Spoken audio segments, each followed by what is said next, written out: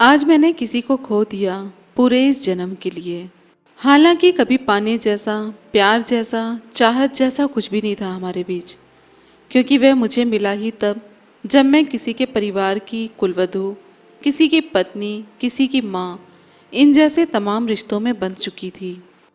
काफ़ी सालों बाद उससे मिलना हुआ, परंतु सारी मर्यादाओं के मध्य भी शायद मेरी नज़रों ने उसके अंदर अपने लिए बहुत कुछ देख लिया था, और शायद उसकी नज़रों ने भी मेरी आंखों में उसे देखकर आने वाली संतुष्टि पढ़ ली थी।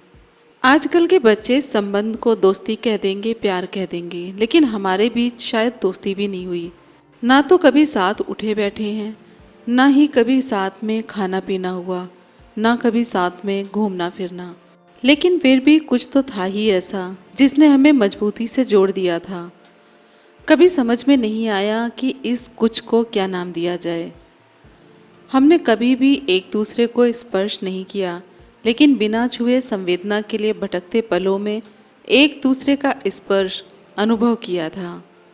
हम महीनों तक एक दूसरे को देख नहीं पाते थे, लेकिन कभी भी देखने या मिलने की कोई छटपटाहट का अनुभव नहीं हुआ।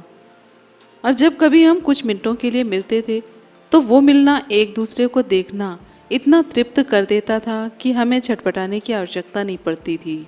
एक दूसरे के कर्तव्यों में भी कोई भागीदारी या सहयोग नहीं किया हमने। जैसे नदी के दो किनारे बीच में बहती हुई नदी को लेकर एक दूसरे को निहारते हुए चला करते हैं, वैसे ही मैं अपने दायरे में सिमटी अपने कर्तव्य निभाती रही, और वह अपने दायरे में रहकर अपने। अगले जन्म का भी कोई वादा नहीं था हमारे बीच। हम इतना पाकर ही परिपूर्ण थे, जो मिला उसी से संतुष्ट थे। परंतु आज उसने पहली बार मेरा स्पर्श किया, मेरी अंतिम यात्रा के साथ शमशान में। पहले तो एक संकोच, एक झिझक, एक मर्यादा ने उसके मन को घेर लिया। फिर अचानक महसूस सा हुआ जैसे उसे किसी ने अंदर से कहा हो, यदि नहीं चाहते कि तुम आजीवन अतृप्त रहो, यदि नहीं चाहते कि यह अतृप्त इस दुनिया से जाए, तो सब कुछ भूलकर इसे अपना स्पर्श दो। सब कुछ भूलकर एक बार इसे छू लो, क्योंकि आज की यह छुअन ही तुम्हारे अंदर खुलकर तुम्हें जीवित रहने का संबल प्रदान करेंगी।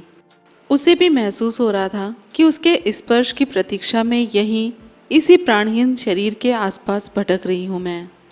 और उसने सचमुच मेरी भटकन को, शायद अपने मन की भी भटकन को तृप्त करने के लिए मेरे प्राणहीन शरीर का प्रथम बार स्पर्श करके अपनी श्रद्धांजलि दी, और मन में कहा कि जाओ, अब अगले जन्म में मिलेंगे।